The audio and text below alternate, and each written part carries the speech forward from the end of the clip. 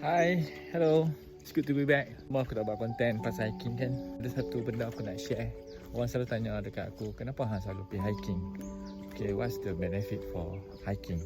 Another sport pun sama je. Tapi aku nak share pasal hiking lah sebab aku suka pergi hiking. What can I relate with the hiking ni sebenarnya? For me lah bagi orang lain aku tak tahu. I can relate benda ni dengan you punya life. Why I said so? Because dalam hidup kita ni kan, kita tidak terkecuali dengan ujian. So, semua orang ada ujian masing-masing. Sama ada berat ataupun ringan, itu masing-masing punya ujian lah. So you can relate with the hiking as well.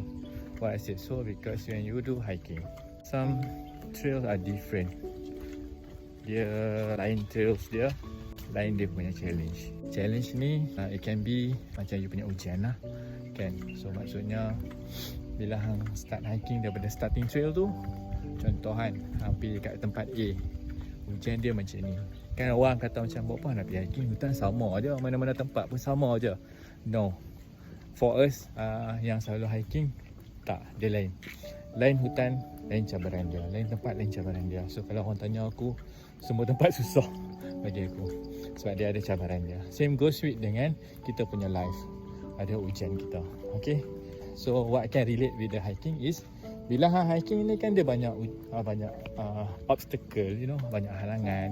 Ada nak kena mendaki, ada nak kena cross sungai lah, nak kena pacat lagi, you know. Benda-benda yang orang kata yang you akan jumpa lah during hiking, alright. So same goes dengan kita punya life, dengan kita punya ujian. Tapi macam kita hiking, of course lah, memanglah kita akan arai pewai, you know, like macam penatnya kan dengan trail yang ada yang mencabar, you know, yang terlalu challenge kita punya mental and physical, of course. Tapi kan kita tetap sampai ke peak. So same goes with the life. Ujian ni macam-macam, but life must goes on. Same goes with the kita hiking. Bila kita hiking, cabaran macam mana pun, hang tetap kena mendaki juga sebab hang nak sampai ke puncak.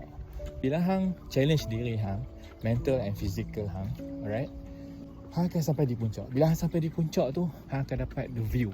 View yang aku maksud yang contoh macam ni, hang tengok belakang aku.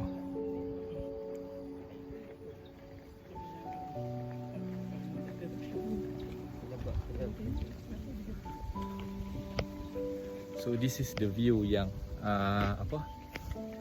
kita akan jumpa dekat peak. So maknanya view ni dia related dengan